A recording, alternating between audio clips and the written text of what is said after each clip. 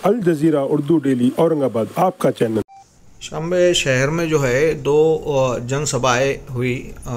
असदुद्दीन ओवैसी साहब की हुई, एक अकबरुद्दीन ओवैसी साहब की हुई, और बड़े बड़े नेताओं की सभाएं चल रही है शहर में। और देवेंद्र फडणवीस जो उप मुख्यमंत्री है उनकी भी सभाएं हुई। तो कुछ इसमें टीका टिप्पणियां की गई है उम्मीदवारों पे, विविध पक्ष पे। तो आपकी क्या राय है? आप एक आज़ाद उम्मीदवार हैं मध्य से। देखिए, इन पार्टियों ने हमारे शहर को और पूरे महाराष्ट्र को शर्मिंदा किया है।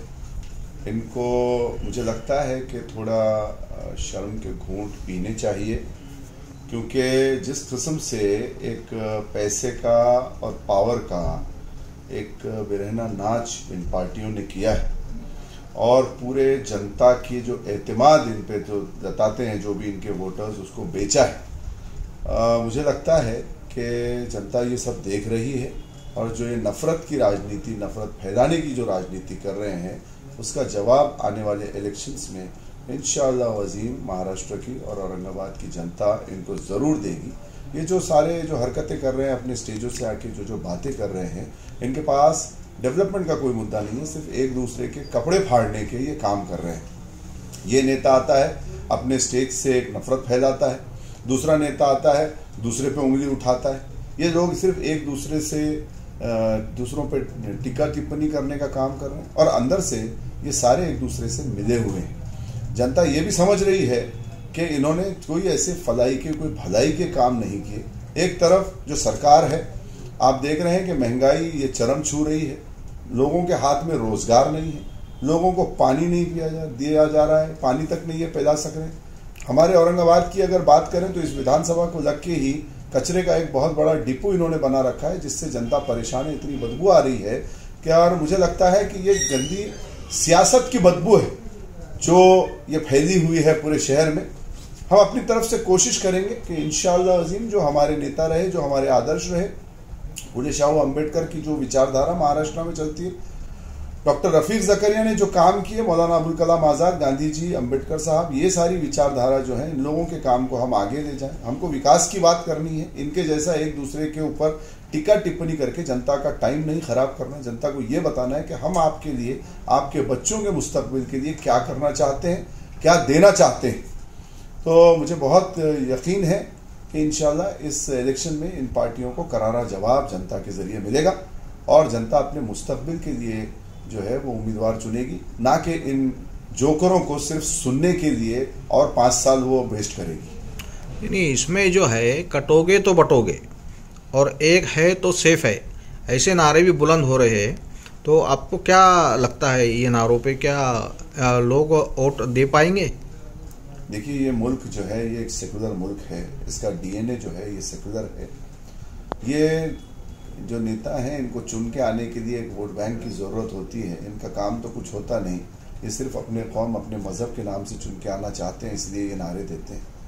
सियासतदानों का और रहनुमा का ये काम होना चाहिए कि वो समाजों के अंदर जो नफ़रत फैली है उसको कम करें, सबको एक लाने की कोशिश करें, सबको साथ लेकर आगे चलने की कोशिश करें, शहर का विकास करें। शहर का विकास करना सिर्फ सीमेंट का रोड और सीमेंट के गट्टू बिठा देना, नालियाँ बिठा देना, पानी की लाइन कर देना और ड्रेनेज की लाइन कर देना, या ज़्यादा से ज़्यादा एक लाइट का हैमस लगा देना नहीं।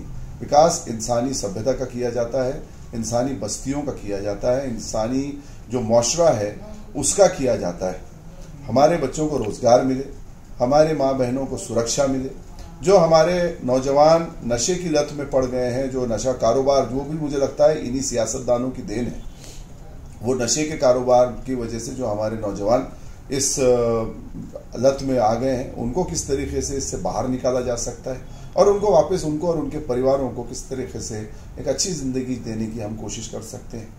हमारी जो नौजवान नस्ल है उसके लिए हम रोज़गार के लिए क्या कर सकते हैं, उनके एजुकेशन के लिए क्या कर सकते हैं, उनके हेल्थ के लिए क्या कर सकते हैं, एक शहर को आगे किस तरीके से ले जाया जा सकता है। और इसके लिए हमको बाहर जाने की जरूरत नहीं, हमारे पास डॉक्टर ज़करिया का जो दिया हुआ मॉडल है वो मौजूद है। इस शहर की नींव रखी थी मलिक अंबर ने, उन्होंने भी सबसे पहले यहाँ पानी का प्रश्न को सॉल्व किया था। लेकिन बड़े अफसोस की बात है कि मलिक अंबर के बसाए हुए इस शहर में जिसको पूरी दुनिया एक पानी डिस्ट्रीब्यूशन का मॉडल मानती थी, यहाँ पे लोगों को 9-9 दिन 8-8 दिन पानी के लिए तरसना पड़ रहा है।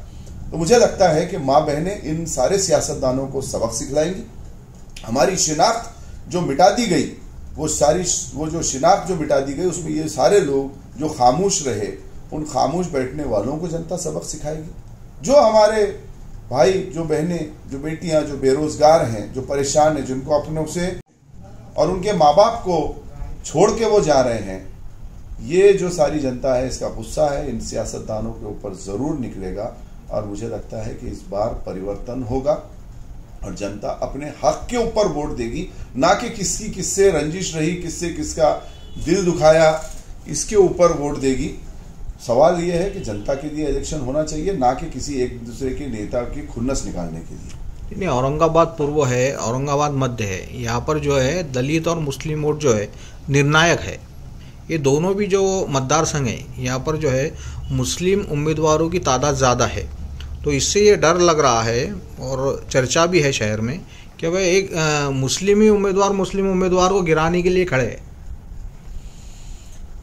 देखिए, उम्मीदवारों के ऊपर आप ये ऐसा कहना, ये मुझे नहीं लगता, क्योंकि अगर आप देखें तो पूर्व विधानसभा के अंदर भी काफ़ी उम्मीदवार हैं। मध्य विधानसभा की अगर बात करें तो यहाँ 24 उम्मीदवार हैं। इसके अंदर अगर आप देखें तो हिंदू मुस्लिम उम्मीदवारों की तादाद काफ़ी है। शिवसेना के कुछ लोग लड़ रहे हैं, कुछ आज़ाद लड़ रहे हैं, कुछ टिकट पे लड़ रहे हैं। लेकिन एक बात है कि जो पार्टियां ये कहती थी, जो पार्टियां आज एक समाज में ये कहती है, जैसे आपने नारा जो बताया मुझे कि एक हो जाओ बटोगे, क्या क्या उसमें लिखा है, बटोगे और सारी चीज़ें, वो पार्टियां खुद दो भागों में पटी हुई हैं। उन्हीं पार्टी के उसी विचारधारा के दो उम्मीदवार सामने सामने लड़ रहे हैं। कोई इत्तेहाद का नारा देता है, लेकिन उनमें आपस में इत्तेहाद नहीं, चाहे पूर्व विधानसभा हो या मध्य विधानसभा हो। वो इत्तेहाद वाले ही दो स्टेज पे खड़े रह के एक दूसरे को गालियां देते नजर आ रहे हैं। तो जनता करे तो करे क्या? जनता किसको वोट करे? कहां से इत्तेहाद रहा और कहां से इसके अंदर जो है, तो मैं कहूंगा कि इनमें खुद में इत्तेफाक नहीं है, इत्तेहाद नहीं है। तो ये क्या जनता को मुत्तहिद करेंगे और इत्तेहाद बताएंगे? जनता को अपनी लड़ाई खुद लड़नी पड़ेगी। हम में से ही किसी एक को उठना पड़ेगा, अपने शहर को बचाना पड़ेगा, अपने नाम को वापस लाना पड़ेगा, भाईचारा को फिर से वापस अमन शांति से बढ़ाना पड़ेगा। और हम कोशिश करेंगे कि ये शहर फिर से मोहब्बत का, अमन शांति का और सौहार्द का शहर बने। और डॉक्टर रफीक ज़करिया जिस रास्ते पर इसको ले गए थे, fastest developing city in Asia, उसको हम ले जाएं।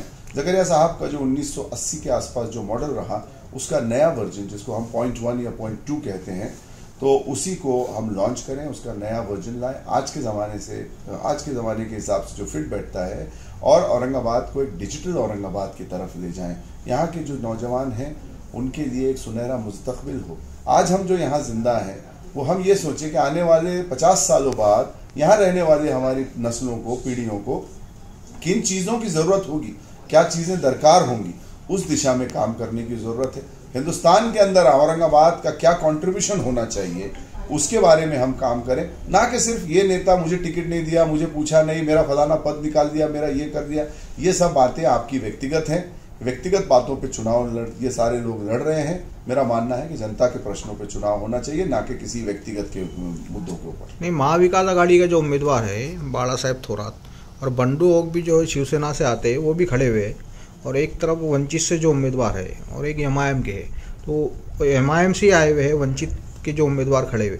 तो आपको क्या लगता है, एक ही पार्टी के दो उम्मीदवार एक दूसरे के खिलाफ लड़ रहे हैं? अभी आपसे पिछले प्रश्न के अंदर मैंने ये बात की कि चारों तरफ आप देखते हैं कि एक ही पार्टी, एक ही विचारधारा के लोग अलग अलग पार्टियों से टिकट लेके खड़े हैं। जो बटो मत ये नारा दे रहे हैं वो खुद बटे हुए, और जो इत्तेहाद का नारा दे रहे हैं वो खुद इत्तेहाद नहीं बता पा रहे, एक दूसरे से इत्तेफाक नहीं है। तो ये दोनों मतदार संघ में ये सिचुएशन, दोनों मतदार संघ में यही सिचुएशन है। खैर, हमको किसी से पर्सनली कोई टीका, मैंने इस इलेक्शन में अपना ये बात साफ रखी है कि मैं किसी के ऊपर पर्सनली कोई टीका नहीं करूंगा। मेरा मुद्दा है कि औरंगाबाद की शिनाख्त बची रहे, औरंगाबाद की जो नाम इन्होंने ले लिया है उसको वापस किस तरीके से, जो लीगल लड़ाई, जो अदालती लड़ाई मैंने लड़ी, वो भी अभी जारी है। अभी भी सुप्रीम कोर्ट में हमारी याचिका है मौजूद, उसको बिल्कुल डिनाई कोई नहीं कर सकते, और वो हम लड़ रहे हैं। साथ ही साथ अब हमने अपनी एक सियासी लड़ाई का भी आगाज कर दिया है। हम चाहते हैं कि हम असेंबली में जाएं और एक औरंगाबाद का एक फर्द, एक बेटा होने के नाते औरंगाबाद की बात करें, औरंगाबाद की शिनाख्त को वापस लाएं, और किसी का दिल दुखाए बिना, हमको किसी समाज, किसी का भी दिल नहीं दुखाना, इसलिए हमने अपनी तरफ से प्रपोजल रखा है कि इस शहर में 2 महानगर पालिका बनाई जाए। जिसका का पूरा सारा की सारा इंफ्रास्ट्रक्चर रेडी है, सिर्फ आपको नक्शा जो है वो रिवाइज करना है। जो हमारे पास जो झालर क्षेत्र जो है सिडको का फ्रिंज एरिया, जो कई गांव आते हैं, जैसे सातारा देवलाई तो आपने महानगर पालिका में ले लिया, लेकिन बाड़ापुर, गंधेली, झालटा, मांडकी, सोंगी, अशरफपुर, इस्लामपुरवाड़ी और ओहर, इस साइड ये सारे गांवों को अगर आप इसमें मिला दें, उसके आगे सुंदरवाड़ी, हीरापुर, ये भी गांव आते हैं जो आपके शेंद्रा एमआईडीसी तक जाते हैं। इसके नीचे अगर आप चले जाएं तो यहाँ पे आपको वालुज महानगर के जो गांव आते हैं, डेवलपमेंट अथॉरिटी है, चाहे वो गोलवाड़ी हो या पंडरपुर हो, वालुज हो, और कैंटोनमेंट बोर्ड को जो इसमें मिलाने का चल रहा है, नक्शा रिवाइज करने की जरूरत है। उन लोगों को भी काफी तकलीफ है, उनको पानी, ड्रेनेज, लाइट, बिजली, सारी चीजों का उनका प्रॉब्लम है। तो उनको अगर इसमें ले दिया जाए तो 200 वार्ड्स तैयार हो जाते हैं। 200 वार्ड्स अब हम तैयार करेंगे तो हमारे पास दो महानगर पालिका बन सकती है। एक जो पुरानी खदीम शहर की महानगर पालिका जो है हमारी ओरिजिनल महानगर पालिका है, उसको औरंगाबाद का ही नाम रखा जाए।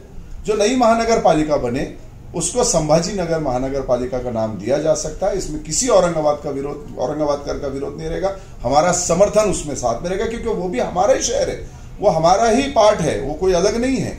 लेकिन क्योंकि यहाँ सेंटिमेंट तैयार हो चुका है, इसलिए हम चाहेंगे कि उस महानगर पालिका को संभाजी नगर का नाम दिया जाए और हमारी जो खदीम शहर की महानगर पालिका वो औरंगाबाद रहे। एयरपोर्ट को, डीएमआईसी को भी संभाजी महाराज का नाम दिया जा सकता है, इसमें कोई औरंगाबाद का विरोध नहीं कर रहा। और एक बात, ये लोगों ने औरंगाबाद को संभाजी नगर करके औरंगाबाद का एक बहुत बड़ा आर्थिक नुकसान किया है। ये मेरा स्पष्ट आरोप है इन पार्टियों पर, क्योंकि आप अगर जो बॉम्बे म्युनिसिपल कॉर्पोरेशन एक्ट है 1960 का उसको पढ़े तो आपको ये पता चलेगा कि जो कोई महानगर पालिका अगर कायम की जाती है, अगर स्टैब्लिश होती है, नई बनती है, तो उसको 100 करोड़ का फंड सेंटर को देना पड़ता है। तो पहली चीज, जब ये नई महानगर पालिका बनेगी तो हम 100 करोड़ का फंड सेंटर से लाके अपने ही औरंगाबाद शहर में, चाहे वो किसी भी नाम से हो, महानगर पालिका औरंगाबाद हो या संभाजी नगर हो, उसके अंदर वो फंड यहाँ पे आएगा, यहाँ के जनता के काम होंगे। दूसरी चीज, देवेंद्र फडणवीस के ही सरकार में शायद वो भूल गए होंगे कि औरंगाबाद को ये heritage, world heritage city declare किया जाए। ये प्रपोजल भेजा गया था यूनेस्को को। तो औरंगाबाद महानगर पालिका का नाम मिटाकर इन्होंने बहुत बड़ी बेवकूफ़ी की है। हम चाहेंगे कि औरंगाबाद महानगर पालिका ये फिर से स्टैब्लिश, इसका फिर से नाम, नया नोटिफिकेशन लाके उसको निकाला जाए। उसके लिए मैं लड़ाई लड़ना चाह रहा हूँ कि मैं जाके असेंबली में बिल लाऊं कि औरंगाबाद का नाम औरंगाबाद ही किया जाए। दूसरी चीज, ये जब स्टैब्लिश हो जाएगी तो यूनेस्को के जरिए बिल्कुल भी मुमकिन है कि ये वर्ल्ड हेरिटेज सिटी डिक्लेयर हो जाए, जैसे कि मोदी ने अहमदाबाद को डिक्लेयर करवाया हुआ है। उन्होंने अपने पास तो ये सारी कोई चीज नहीं की, उन्होंने अहमदाबाद को अहमदाबाद रखा है, उसको वर्ल्ड हेरिटेज सिटी डिक्लेयर कराया, लेकिन झगड़ा हमारे पास लगा दिया और जो 100 करोड़ हमको मिल सकते थे वो 100 करोड़ भी नहीं दिए। तो हम चाहेंगे कि हम लोग होशियार बने, नई महानगर पालिका के लिए हम सेंट्रल गवर्नमेंट से 100 करोड़ फंड लाएं जो हमारा हक है, और औरंगाबाद महानगर पालिका यूनेस्को में जाके ये सिटी का नाम औरंगाबाद रखा जाना जरूरी है। इसके बाद में हमको कम से कम 800 से 1000 करोड़ का फंड ये यूनेस्को से हम यहाँ से ला सकते हैं हेरिटेज डेवलपमेंट के नाम पर। और मैं चाहूंगा कि औरंगाबाद के अंदर एक टूरिज्म कॉरिडोर बने। हेरिटेज जो हमारे मुकामात हैं, जो हमारी ऐतिहासिक पुरातत्व वस्तुएं हैं, उसको हम डेवलप करें। फ्रांस में, ग्रीस में, इटली में, इंग्लैंड में, टर्की में जिस तरीके से उन्होंने अपनी ऐतिहासिक वस्तुओं को सुरक्षित किया है, उसको डेवलप किया है, उसी तरीके से इसको डेवलप करें और यहाँ पर्यटन का भी के जरिए भी रोजगार बढ़े, नए क्लस्टर्स लाए जाएं और यहाँ से रोजगार की बिल्कुल भी कमी ना हो, यहाँ से कोई माइग्रेशन ना हो। इस दिशा में हम काम करना चाहते हैं, ना कि एक दूसरे के कपड़े फाड़ने की सियासत में हम जाना चाहते हैं।